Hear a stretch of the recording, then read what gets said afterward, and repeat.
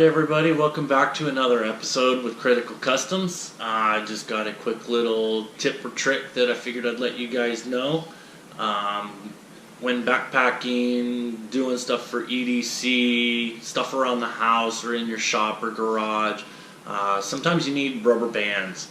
Unfortunately, you can spend a couple bucks on some just about anywhere, but they usually don't hold up too well, especially if they're in the sunlight.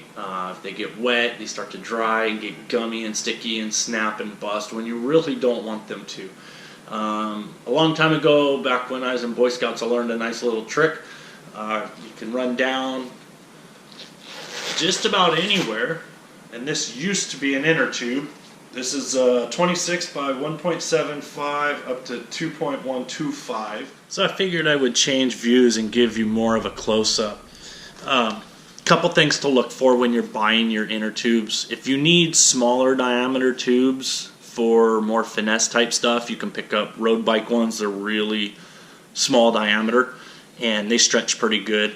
If you need larger ones, you can go to the BMX ones.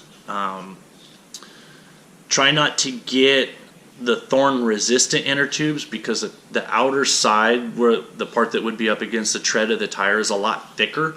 So when you go to stretch them, they stretch kind of weird because one side's a lot thinner than the other. There's no need to spend the extra money for that type of inner tube. And also watch out for the self repairing ones, the ones that have the slime in them. Obviously when you cut them open, then you got to wash all the slime out. The cheaper the inner tube, usually the better. You can pick up Bike Masters and a couple others at Walmart or local hardware stores or bicycle stores, somewhere like that, and just pick up cheap ones.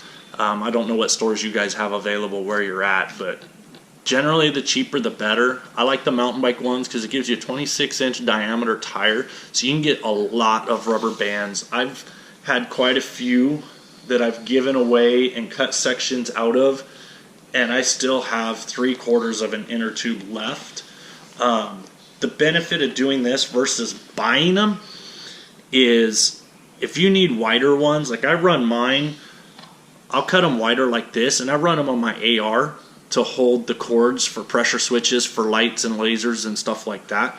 I would zip tie them, but I tend to swap some of the attachments from firearm to firearm, so this makes it real easy. I can just slip it over the whole handguard and it holds the cord down real well. These are pretty heat resistant where regular rubber bands aren't, so I don't have to worry about these coming off or breaking at the most inopportune time.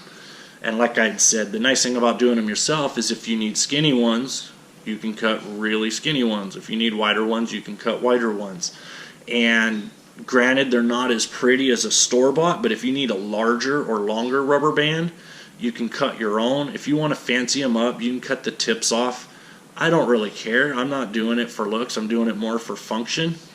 A lot of guys use Altoid cans or similar things for char cloth, small first aid kits, fire starting stuff, water purification tablets, all kinds of knick-knack EDC or survival type stuff that they'll throw in a bug out bag or a get home bag or a 24 or 72 hour bag, whatever you want to call it. So these work really well for holding these together. You can put all your stuff inside, use these to secure the can shut. They're strong enough that you can use them over and over. The nice thing about these is they're sturdy enough that if everything doesn't fit in the can, you can strap it to the outside. It will hold it pretty tight. I mean, that's not really going to go anywhere. So you can even slip it down here and protect that deal.